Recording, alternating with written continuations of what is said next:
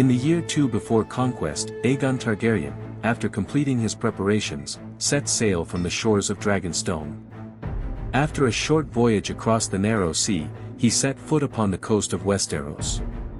At his side were his sisters, Visenya and Rhaenys, each a queen, each a dragon rider. Behind them rose their ships, sails black as night, bearing the crimson dragon of House Targaryen. Above, 3 shadows circled the sky, Balerion, the Black Dread, wings vast as mountains, with Vhagar and Meraxes at his flanks. They did not come as raiders, nor as guests. Aegon came with a vision, a realm forged from 7 crowns into one. As the waves broke upon the shore and thunder rolled across the sea, Westeros stood at the edge of a new age. What had been many would soon become one, sealed in fire and blood.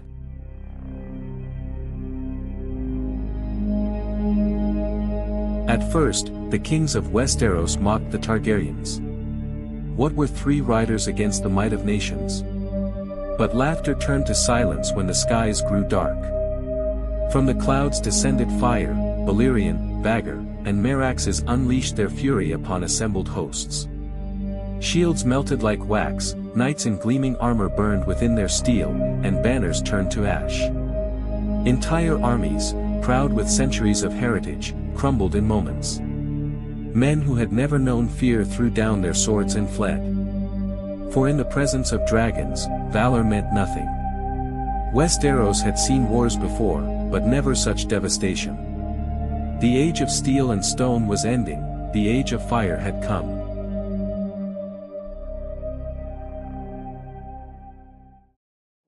In their halls, the kings of Westeros conspired. Argilac the arrogant of the Stormlands swore defiance, his pride as unyielding as the storms that battered his coasts.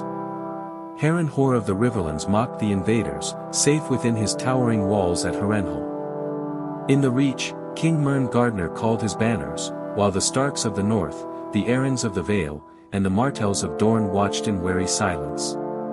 Each king believed himself secure, each trusted in crown and castle. Yet none understood that a new power had come, not of swords and lords, but of wings and fire. For the Targaryens did not see 7 kingdoms, they saw one realm, and it would be theirs.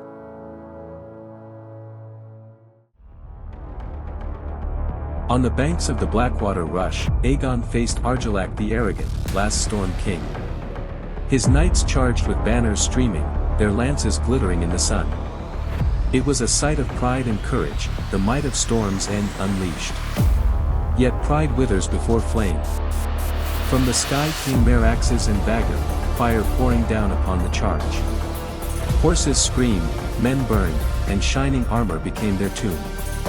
Argilac fought with fury, but fury cannot fight fire. By sunset, his host lay in ruin, the ground littered with ash and corpses. The Storm King's crown was broken, and with it ended an age of storm. Fire had claimed its first victory on the road to conquest.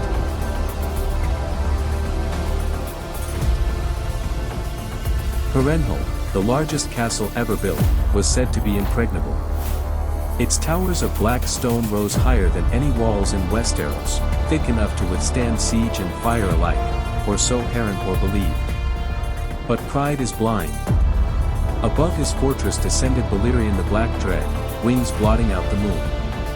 His fire fell upon Harrenhal, and black stone glowed red as iron, melting, collapsing in molten ruin.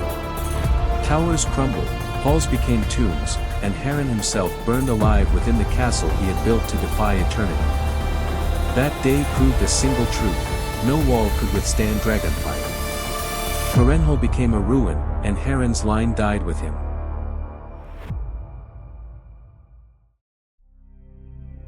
When word spread of Harrenhal's fall, fear gripped the realm.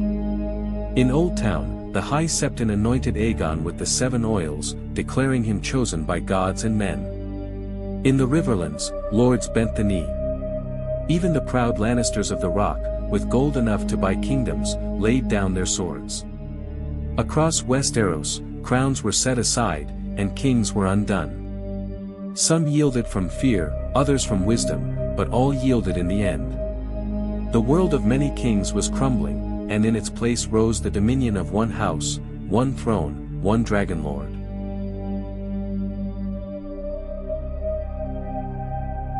From the chaos of conquest, order began to emerge.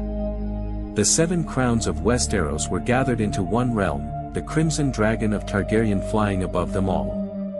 No longer would the land be divided by endless wars, no longer would petty rivalries tear it apart. Aegon had shown the realm the price of defiance, fire, and the reward of submission, peace. Lords who once named themselves kings now called themselves vassals, and the map of Westeros was redrawn. What had been fractured was whole, and what had been many was one. This was no mere conquest, it was the birth of a new kingdom.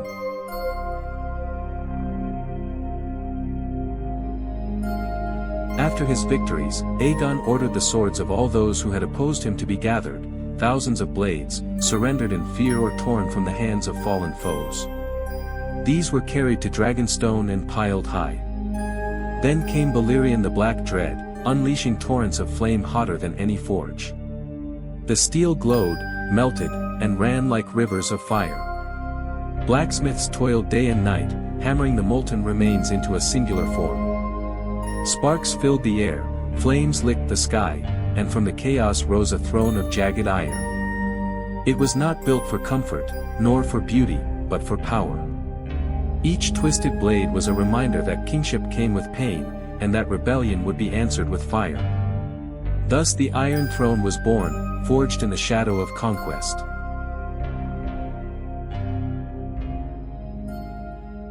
When the work was done, the throne towered above all who entered the hall. It was cruel and sharp, its seat raised high, with steps of steel leading to a crown of blades. To sit upon it was to risk blood, for the edges cut deep, and Aegon decreed that no king should rest easily. Lords and knights who gazed upon it trembled, for the throne itself seemed alive with menace, as if the screams of its forged swords still echoed. No other seat in history had ever been so terrible, nor so awe-inspiring. The Iron Throne was more than furniture, it was a warning. From that jagged seat, Aegon ruled not by comfort, but by fear and remembrance of fire.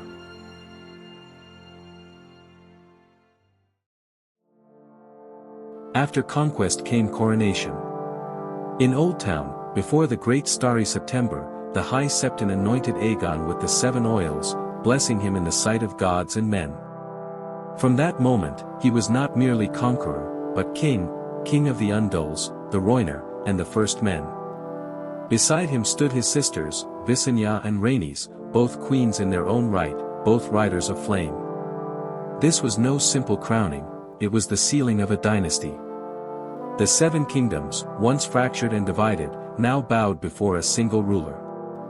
And in that moment, the Targaryen reign truly began, their bloodline entwined with destiny, their dragons the guardians of their power. In the aftermath of victory, Aegon strode into the heart of his new capital.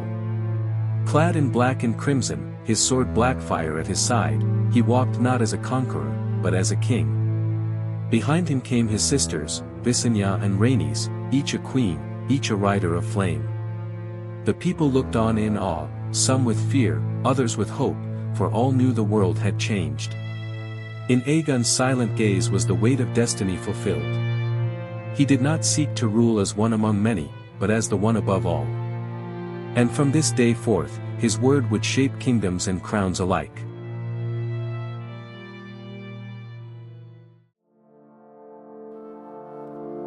From fire and blood, a dynasty was born. The red 3-headed dragon of House Targaryen unfurled its wings above Westeros, its 3 heads symbolizing Aegon, Visenya, and Rhaenys, the trinity that had reshaped the realm.